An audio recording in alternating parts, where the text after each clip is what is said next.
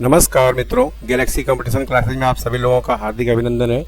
जैसा कि आप लोगों को पता है कि करंट अफेयर के क्रम में मई माह के चतुर्थ सप्ताह के करंट अफेयर से मैंने आप लोगों के करंट अफेयर कंटिन्यू करना बंद कर दिया था, जिसका कारण था कि मेरे अपना खुद का एक एग्ज़ाम क्वालिफाई हो गया था, जिसके फाइनल प्रिपरेशन में मैं लगा हुआ था। लेकिन मैंने आप लोगों से वादा किया था कि मैं आपके एग्ज़ाम आने से पहले कोई भी करंट अफेयर का कोई भी सप्ताह छूटने नहीं दूंगा।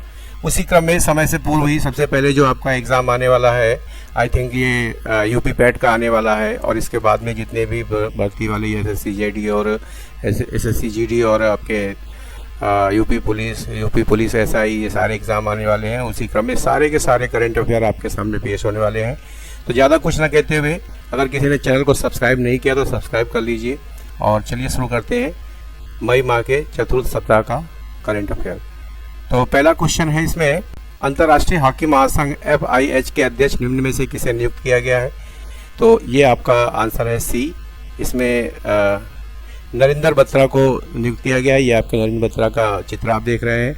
हॉकी की वैश्विक संस्था FIH की 47वीं कांग्रेस के दौरान बत्रा को लगातार दूसरे कार्यक्रम के लिए चुना गया है।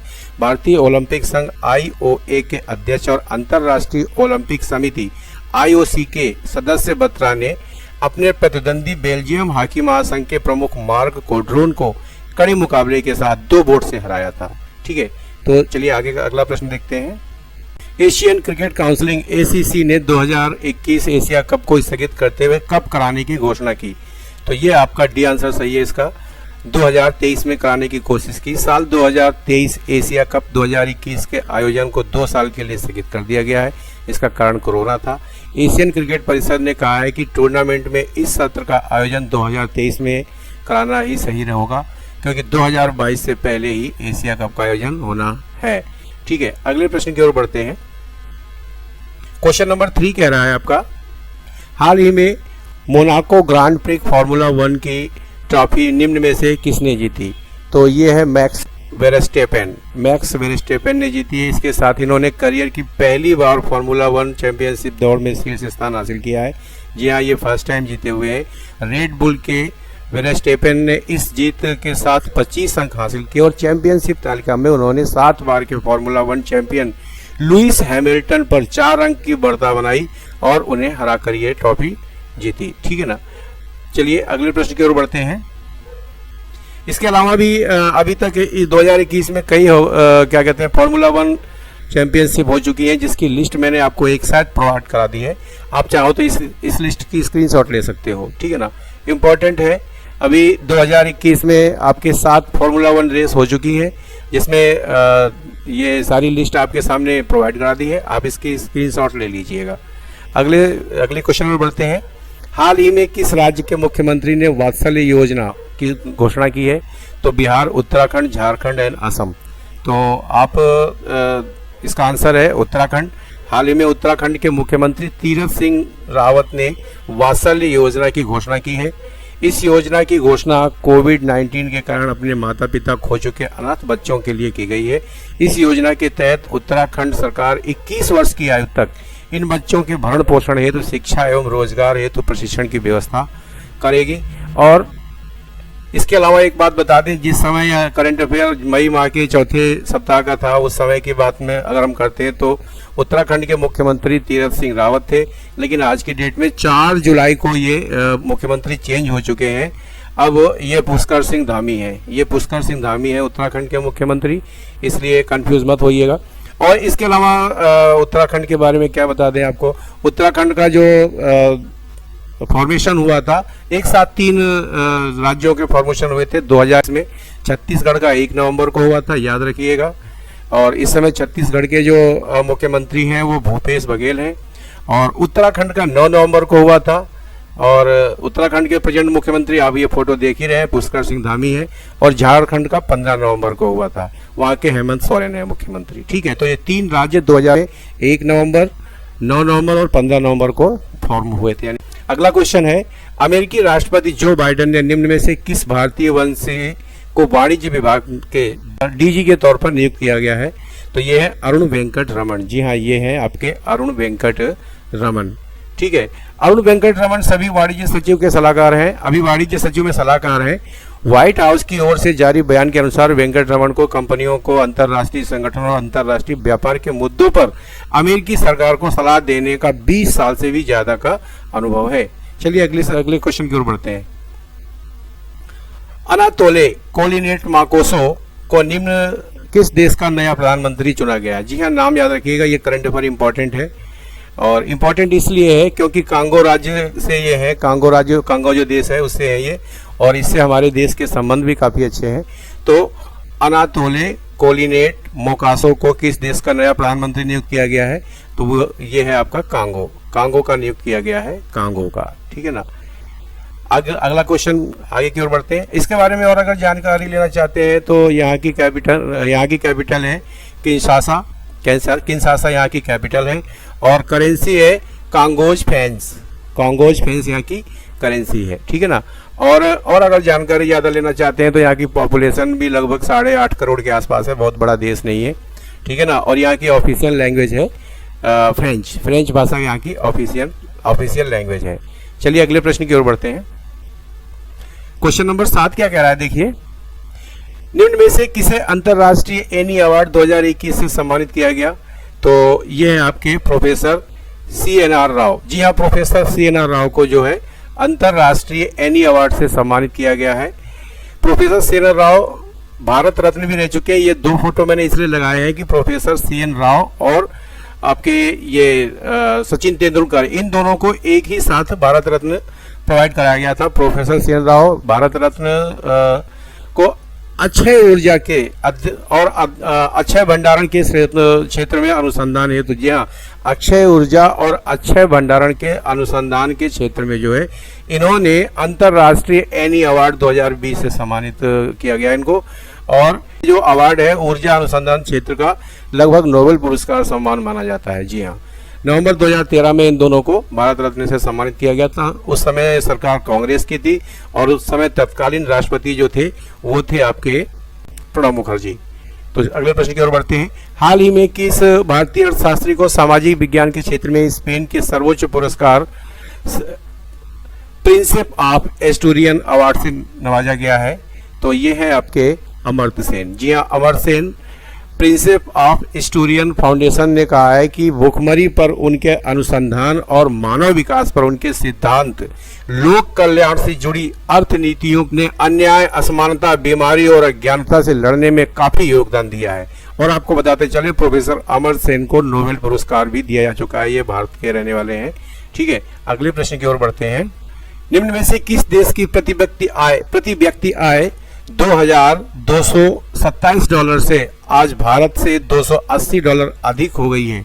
जी हाँ, ये इंपॉर्टेंट क्वेश्चन है, पड़ोसी देश का मामला है, इसलिए जानना भी बहुत जरूरी है। तो ये है बांग्लादेश। बांग्लादेश एक ऐसा देश है जो पहले ये पूर्वी पाकिस्तान के नाम से जाना जाता था। 1971 के भारत पाकिस्तान के युद्ध में तत्कालीन प्रधानमंत्री इंदिरा गांधी ने जिस समय भारत पाकिस्तान से जीत गया था उस समय पूर्वी पाकिस्तान को बांग्लादेश से नाम देकर अलग देश बना दिया था, ठीक है। बांग्लादेश के योजना मंत्री M.A. मन्नान ने इस हफ्ते देश के कैबिनेट को सूचित किया कि बांग्लादेश की प्रति व्यक्ति आय $2,064 से बढ़कर $2,227 हो गई है। जी हाँ, बांग्लादेश की प्रति व्यक्ति आय अब भारत की प्रति व्यक्ति आय $1,947 से $280 अधिक हो गई है। अगले प्रश्न की ओर बढ़ते हैं। क्वेश्चन नंबर 10 कह रहा है, गुजरात के राज्यपाल आचार्य देवव्रत ने कितने अन्य विधेयकों के साथ गुजरात धर्म स्वतंत्रता संशोधन विधेयक 2021 को अपनी स्वीकृति दे दी है? तो ये आपके 7 है। जी हाँ, ये 7 है, ठीक है ना। अगले प्रश्न की ओर बढ़ते हैं।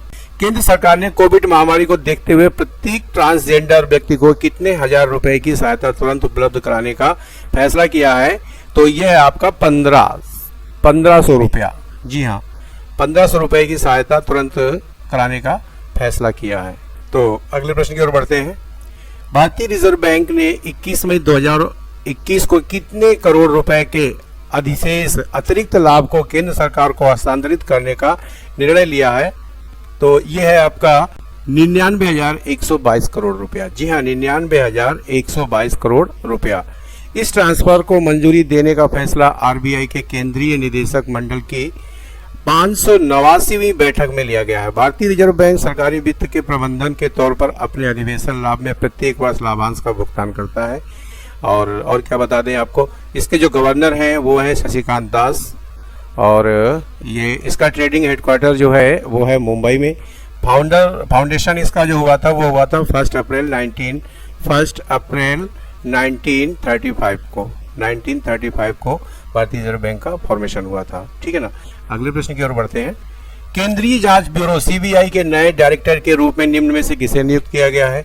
तो ये है सुबोध जायसवाल। जी हाँ, ये आप इनका फोटो देख रहे हैं, सुबोध जायसवाल है। इनका कार्यकाल मात्र 2 साल का होगा, उसके बाद ये 65 ईयर्स के पूरे हो जाएंगे।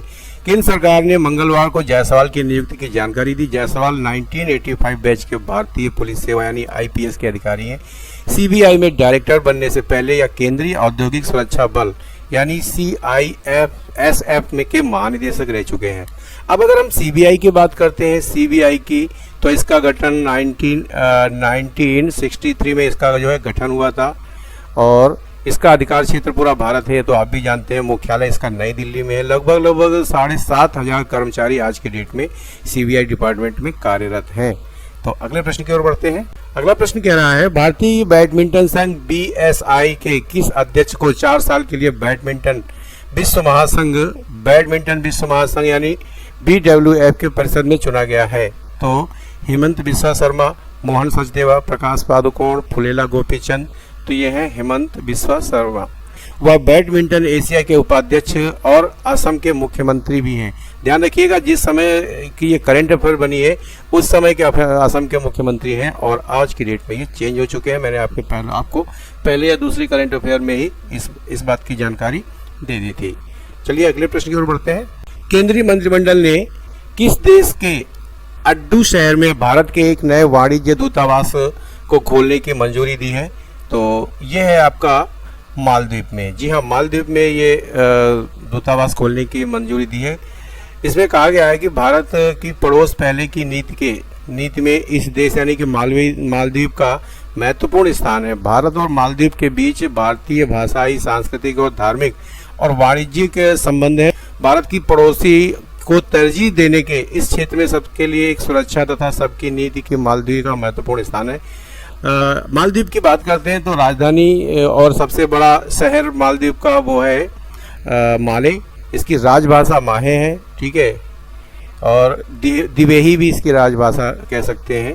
सरकार यहाँ की एकात्मक अध्यक्षीय गणराज्य सरकार है। यहाँ के राष्ट्रपति जो है वो है सोहेल। उपराष्ट्रपति यहाँ के अब्दुल्ला जिहाद है। ठीक है ना। लगभग बहुत ज्यादा बड़ा देश नहीं है, लगभग 298 यानी कि लगभग 300 वर्ग किलोमीटर क्षेत्रफल इसका है। जनसंख्या भी बहुत ज़्यादा नहीं है, लगभग ये मान लीजिए कि 42 लाख के समथिंग, 42-45 लाख के समथिंग इसकी जनसंख्या है। काफ़ी छोटा देश है। चलिए अगले प्रश्न की ओर बढ़ते। क्वेश्चन नंबर 16 कह रहा है, 180 ऑस्कर जीत चुके 97 वर्ष पुराने हॉलीवुड स्टूडियो MGM को किस कंपनी ने $8.45 अरब में खरीद लिया है? तो ये आपका है अमेज़न ने खरीद लिया है। इसके तहत अमेज़न ने $8.45 अरब में MGM का अधिग्रहण करेगी। MGM स्टूडियो की स्थापना मार्कस लोए और लुइस बी मेयर ने 17 अप्रैल 1942 को की थी। चलिए अगले प्रश्न की ओर बढ़ते हैं। अगला प्रश्न कह रहा है, खेल मंत्रालय ने जमीनी स्तर पर प्रतिभाओं को निखारने के लिए कितने राज्यों में कुल 143 खेलो इंडिया केंद्र खोलने का फैसला लिया गया है? यानी कि इसको दूसरी तरीके से भी पूछा जा सकता है कि कितने मतलब केंद्र खोले गए हैं। तो ये भी आपका है 143, या कितने राज्यों में खोलने का फैसला लिया गया है? तो ये है आपका 7 राज्यों में खोलने का फैसला लिया है। इस पर कुल यानी कि 14.3 करोड़ रुपए का खर्च आएगा। इन केंद्रों को महाराष्ट्र, मिजोरम, गोवा, कर्नाटक, मध्य प्रदेश, अरुणाचल प्रदेश और मणिपुर में स्थापित किया जाएगा। प्रत्येक केंद्र में किसी एक खेल की सुविधा उपलब्ध होगी। ठीक है, चलिए अगले प्रश्न की ओर बढ़ते हैं। इंपॉर्टेंट प्रश्न है, इसको नोट कर लीजिएगा। मैं फिर से रिपीट करता हूँ, 7 केंद्र हैं, 7 राज्यों में 143 केंद्र खोले जाएंगे। 7 राज्यों के नाम मैं आपको फिर से एक बार रिपीट करा दे रहा हूँ। महाराष्ट्र, मिजोरम, गोवा, कर्नाटक, मध्य प्रदेश, अरुणाचल प्रदेश और मणिपुर। चलिए अगले प्रश्न की ओर बढ़ते हैं। क्वेश्चन नंबर 18 कह रहा है केंद्रीय महिला एवं बाल विकास मंत्रालय के अनुसार सरकार कितने देशों में अपने उच्चायोगों यानी कि दूतावासों में वन स्टॉप सेंटर खोलेगी? तो ये है आपके 9 देशों में खोलेगी। ठीक है, अगले प्रश्न की ओर बढ़ते हैं।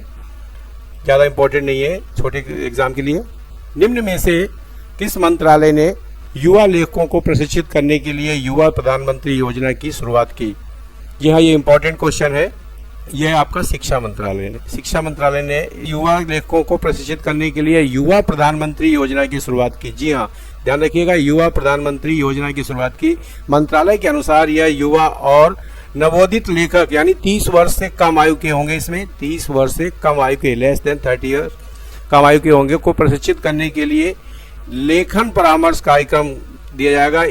इसमें पढ़ने लिखने और पुस्तक संस्कृति को बढ़ावा दिया जा सके एवं वैश्विक स्तर पर भारत और भारतीय लेखकों को प्रदर्शित किया जा सके, इसलिए यह कार्यक्रम शुरू किया जा रहा है।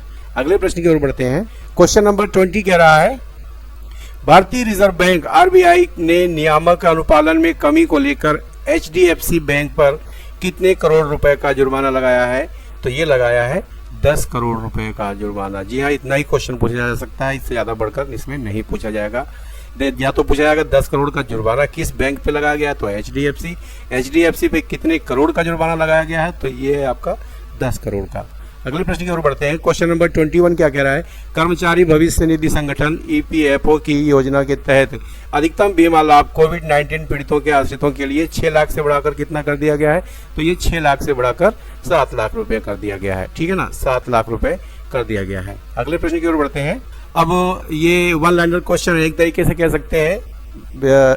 इस सप्ताह के मुख्य दिवस जो है वो लास्ट में मैं आपको देता हूँ, आपको पहले से ही पता है। तो विश्व थायराइड दिवस यानी वर्ल्ड थायराइड डे निम्न में से किस दिन मनाया जाता है? तो ये मनाया जाता है आपका 25 मई को मनाया जाता है। अगला क्वेश्चन है विश्व कछुआ दिवस कब मनाया जाता है? तो ये मनाया जाता है 21 मई को। 21 मई को विश्व कछुआ दिवस मनाया जाता है।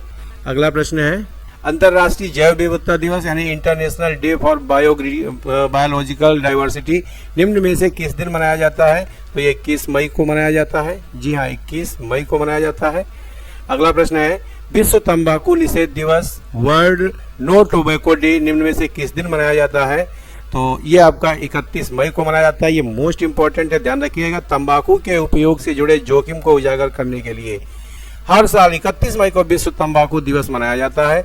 WHO के अनुसार तंबाकू के सेवन से दुनिया भर में हर साल 8 मिलियन यानी 80 लाख से अधिक लोगों की मौत होती है। इस साल विश्व तंबाकू निषेध दिवस की थीम क्या थी?